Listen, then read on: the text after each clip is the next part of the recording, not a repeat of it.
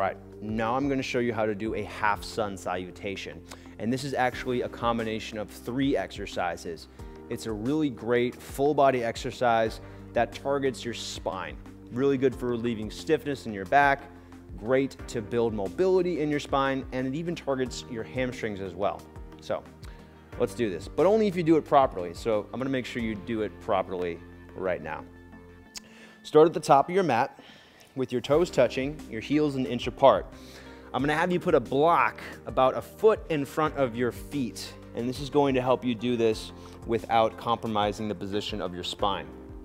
Palms face forward, again, shoulder blades pull down and back.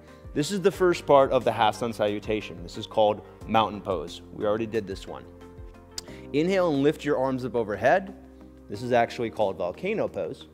And then as you exhale, I want you to hinge at your hips, just like we did for chair pose. So a little bend at the knees, hinge at your hips, pulling your butt back, pull your chest forward.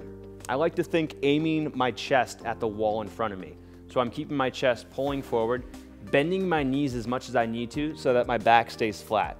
So if you look at my back now, you'll notice that it's straight and not doing this rounded position. Avoid this rounded position. Back flat, bring your hands to the block. So this is a really good position that I'm in right now because I'm stretching my hamstrings, my back is flat, and my core is engaged. So I'm using the muscles in my thighs and my core to help stretch my hamstrings, not putting my back in an unsafe position. From here, you do a half lift. So you're gonna pull your body forward, kind of making an L shape with your body. So my back is flat, my legs are a little bit straighter. I'm feeling a deeper stretch than my hamstrings. Now, for a beginner, the half lift and the forward fold aren't going to look too different.